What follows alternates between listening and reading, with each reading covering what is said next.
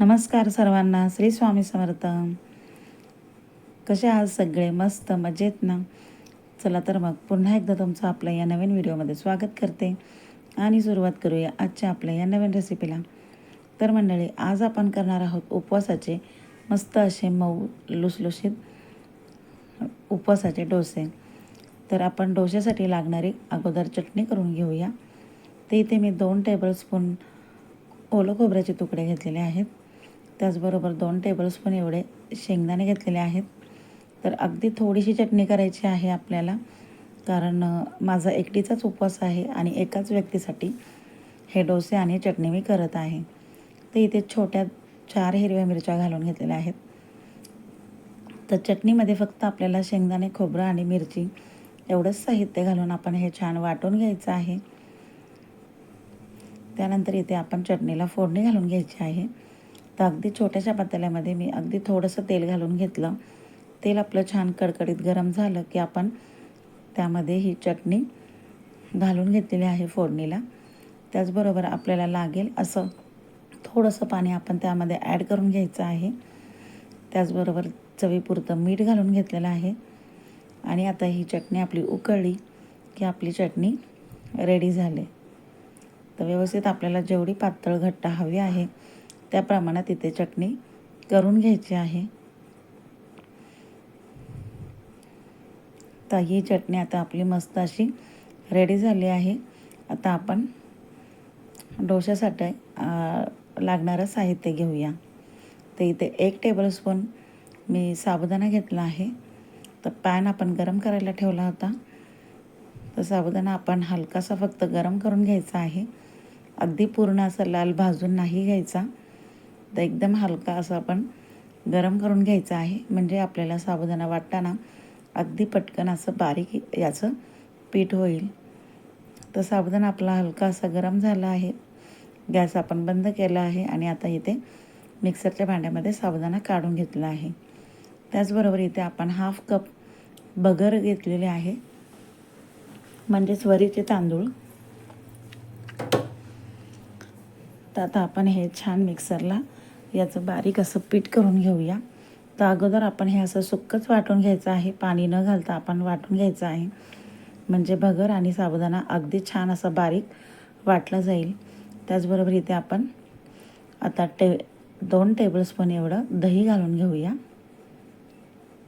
तर मंडळी, तुम्ही अजूनही आपल्या चॅनलला सबस्क्राईब केलं नसेल तर प्लीज चॅनलला सबस्क्राईब करा, बेल आयकॉनला क्लिक करा, म्हणजे तुम्हाला आपल्या नवनवीन रेसिपीजच्या नोटिफिकेशन सर्वात अगोदर मिळतील आणि अशा साध्या आणि सोप्या रेसिपीज पाहायला मिळतील. तर इथे आपण 2 टेबलस्पून दही घालून घेतलं आहे. त्याचबरोबर थोडंसं पाणी घालून घ्यायचं आहे आणि पुन्हा एकदा आपण हे मिक्सरला छान फिरवून घ्यायचं आहे. तर अगदी छान असं आपण बारीक वाटून घ्यायचं आहे. ते अजून थोडंसं जाडसर आहे, म्हणून मी अजून एकदा पुन्हा वाटून घेत आहे.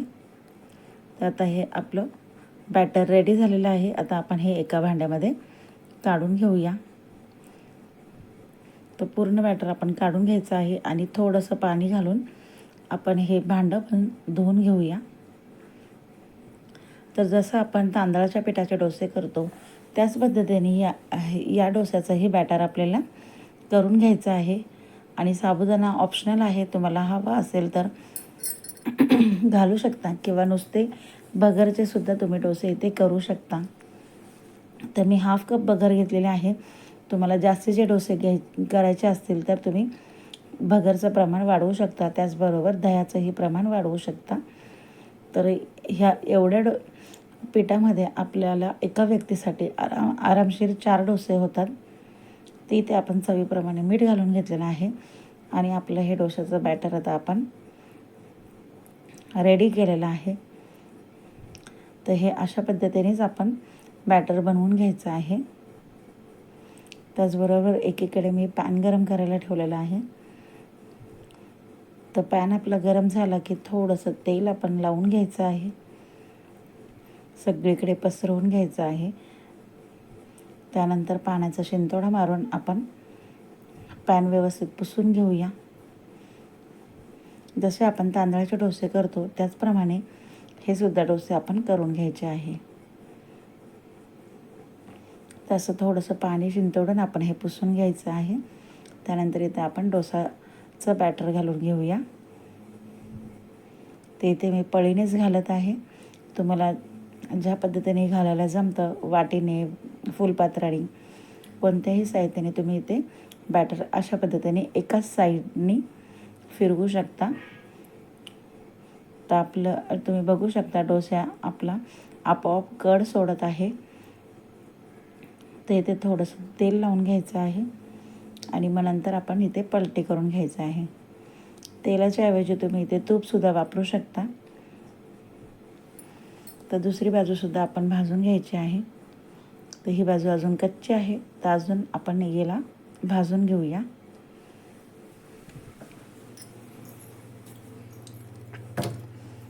तर हा आपला पहिला डोसा मस्त असा रेडी झालेला आहे. त्याचप्रमाणे इथे आपण पुन्हा एकदा पाणी शिंतोडून पुसून घेऊया आणि दुसरा डोसासुद्धा यावरती घालून घेऊया. तर अशाच पद्धतीने तुम्ही सुद्धा डोसे करू शकता. अगदी छान व्यवस्थित आपले डोसे एकदम परफेक्ट होतात. डोशाचं बॅटर असं वरतून सुकलं की मग आपण इथे तेल किंवा तूप लावून घेऊ शकतो आणि दोन्ही बाजूंनी व्यवस्थित भाजून आपला डोसा रेडी करू शकतो. तर इथे मी फक्त चटणी केली आहे. तुम्हाला हवी असेल तर तुम्ही इथे उपवासाची बटाट्याची भाजीसुद्धा करू शकता. तर अगदी छान असा मस्त आपल्या डोस्याला रंग आलेला आहे आणि हा आपला दुसरासुद्धा डोसा रेडी झालेला आहे. याच पद्धतीने आपण सर्व डोसे करून घ्यायचे आहेत. तर हाफ कपमध्ये 4 डोसे आरामशीर होतात एका व्यक्तीसाठी. तर मंडळी, रेसिपी आवडल्यास लाईक करा, शेअर करा, चॅनलला सबस्क्राईब करा आणि रेसिपी कशी वाटली मला कमेंट करून नक्की सांगा. व्हिडिओ पूर्ण पाहिल्याबद्दल मनापासून धन्यवाद.